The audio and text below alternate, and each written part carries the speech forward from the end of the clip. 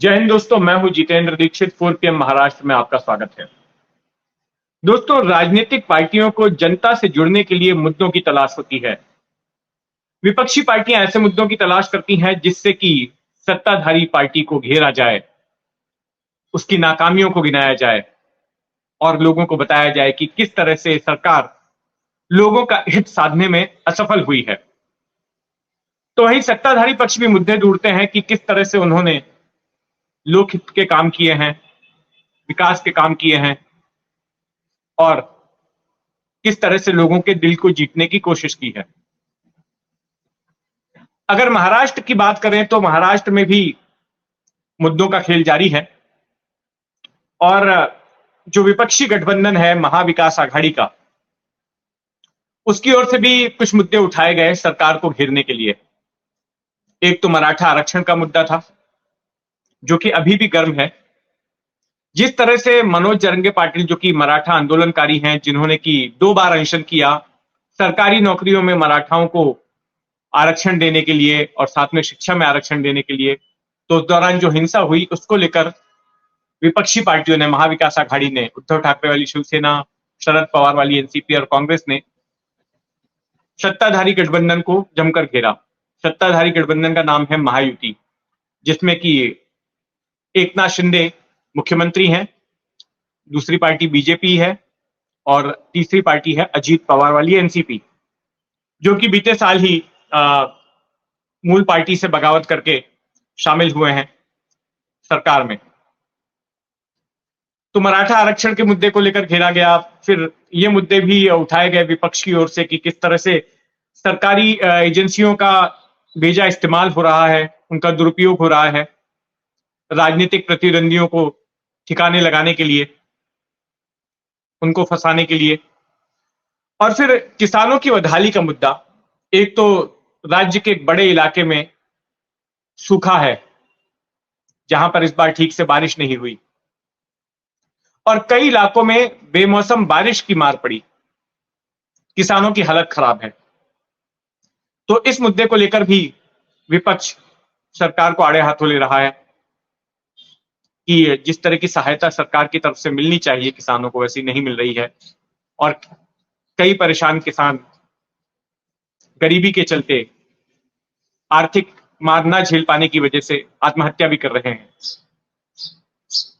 अब एक और ताजा मुद्दा विपक्ष के हाथ में लगा है, वो है ट्रक ड्राइवरों की हड़ताल का। और ये सिर्फ अकेले महाराष्ट्र का मुद्दा नहीं है। हमने देखा कि इस साल की शुरुआत में किस तरह से ट्रक ड्राइवर हड़ताल पर उतर आए और उनके विरोध का कारण है कि जो नए कानून आ रहे हैं उनमें से एक कानून, जो कि उन्हें लगता है कि ज्यादती है, जो गलत है। दोस्तों, जो अंग्रेजकालीन कानून थे तमाम, वो अब सब बदल जाएंगे इस साल। Indian penal code, Indian evidence act, criminal procedure code, अब ये सब इतिहास जमा हो जाएंगे और नए कानून बनाए गए हैं। अभी जो शीतकालीन सत्र था भारतीय संसद का, उसमें भारतीय न्याय संहिता, इंडियन पेनल कोड की जगह पे भारतीय न्याय संहिता आ गई है और बाकी कानून भी बदले गए हैं। और इसी 25 दिसंबर को राष्ट्रपति द्रौपदी मुर्मू ने इन पर अपने हस्ताक्षर भी कर दिए। तो अब जल्द ही इन कानूनों पर अमल होना है। तो इनमें जो भारतीय न्याय संहिता की धारा 106(2) है, उसको लेकर विवाद हो गया है और देश भर के जो ट्रांसपोर्ट्स के यूनियनें हैं, वो इसको लेकर सड़क पर उतर आई।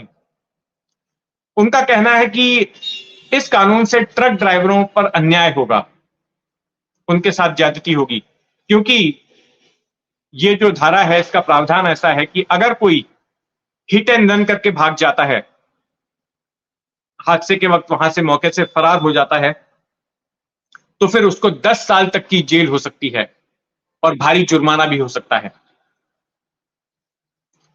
अब ट्रांसपोर्ट यूनियंस का यह कहना है कि यह बड़ी ज्यादती है, क्योंकि आमतौर पर होता यह है कि जब भी कोई दुर्घटना होती है तो वहां जो भीड़ इकट्ठा हो जाती है, वो पहले तो ड्राइवर को बाहर निकालकर उसकी पिटाई करती है। कई ऐसे मामले सामने आए हैं। वो ये नहीं देखती कि गलती किसकी है। हमेशा जब भी किसी बड़ी गाड़ी या छोटी गाड़ी में टक्कर होती है, ऐसा कोई हादसा होता है, तो हमेशा जो हैवी व्हीकल्स है, बड़ी गाड़ी वालों के खिलाफ ही मामला दर्ज किया जाता है, उनके ड्राइवरों को ही पकड़ के जेल में डाला जाता है। और ऐसे मौके पर कई बार भीड़ से बचने के लिए, भीड़ जब हिंसक हो उठती है, कई ऐसे मामले आए हैं जहां पर वाहनों को जला दिया गया, हादसे के बाद ट्रकों को, टैंकरों को जला दिया गया, ड्राइवर थे उनको लिंच कर दिया गया, पीट पीट कर मार डाला गया।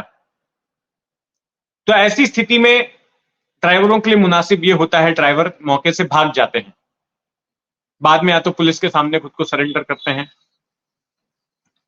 या फिर पकड़े जाते हैं। लेकिन अब ऐसा नहीं कर पाएंगे। अगर ऐसा हादसा होता है तो, इस तरह के हादसे अगर होते हैं तो, अगर वो ऐसा करते हैं और इत्तला नहीं करते, हिट एंड रन करके भाग जाते हैं या फिर घायल व्यक्ति को अस्पताल नहीं पहुंचाते हैं, तो फिर उनके खिलाफ भारतीय न्याय संहिता की धारा 106(2) के तहत कार्रवाई हो सकती है और जिसमें उन्हें 10 साल तक जेल में रहना पड़ सकता है। तो इसी को लेकर जगह जगह पर आंदोलन हुए और मुंबई और आसपास भी ट्रक ड्राइवर्स सड़क पर उतरे। और मुंबई के पड़ोसी शहर नवी मुंबई में तो आंदोलन काफी हिंसक हो गया। वहां पर नवी मुंबई में बड़े बड़े ट्रकों ने 1 जनवरी को रास्ते पर, ट्रक ड्राइवरों ने अपने ट्रकों को पार्क कर दिया और वाहनों की आवाजाही ठप हो गई। जब पुलिस वहां पर पहुंची तो पुलिस की टीम पर हमला हो गया, कई पुलिस वाले घायल हुए।